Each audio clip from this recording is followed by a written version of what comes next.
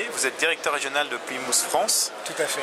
Pouvez-vous nous présenter l'innovation 2011 pour votre société? Oui, absolument. Donc Plymouth est connu pour sa capacité d'innovation permanente et d'autre part est connu pour le fait qu'il ait été le premier producteur de polyéthylène en France a fait que nous sommes très proches de la problématique du polyéthylène concernant sa protection, son identification et sa détection. On travaille dessus depuis des années. Là, l'innovation est majeure parce que nous touchons dans des produits à base de nanocristallins extrêmement techniques. C'est un alliage de 5 métaux différents, dont des métaux rares comme le bore et le niobium, qui sont des métaux rares, ce qui fait qu'on a une sélectivité totale sur le fait qu'on va détecter que ce système-là. Ça consiste à poser des tags, donc cette espèce de bande qui fait quelques centimètres de longueur, espacée de manière régulière. Et c'est la seule chose qui varie pour détecter la qualité du fruit, c'est l'espacement entre les tags. C'est important de savoir qu'on peut mettre ce produit-là sur tous les types de canalisation qui existent.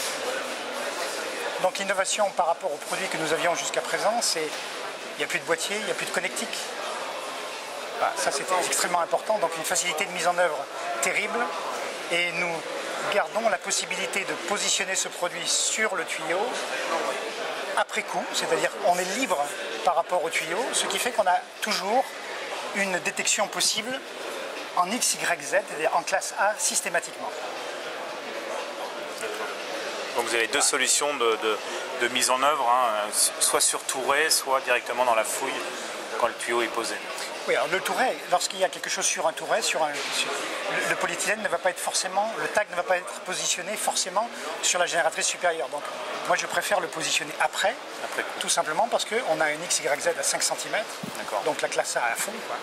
Alors que ce n'est pas toujours possible lorsque on le collera sur un PE qui sortira d'usine directement sur le tuyau. Ceci dit, sur des petites sections, à mon avis, c'est tout à fait valable. D'accord. Et les profondeurs de détection donc, sont variables Bon, alors, c'est des produits qui sont constamment en évolution.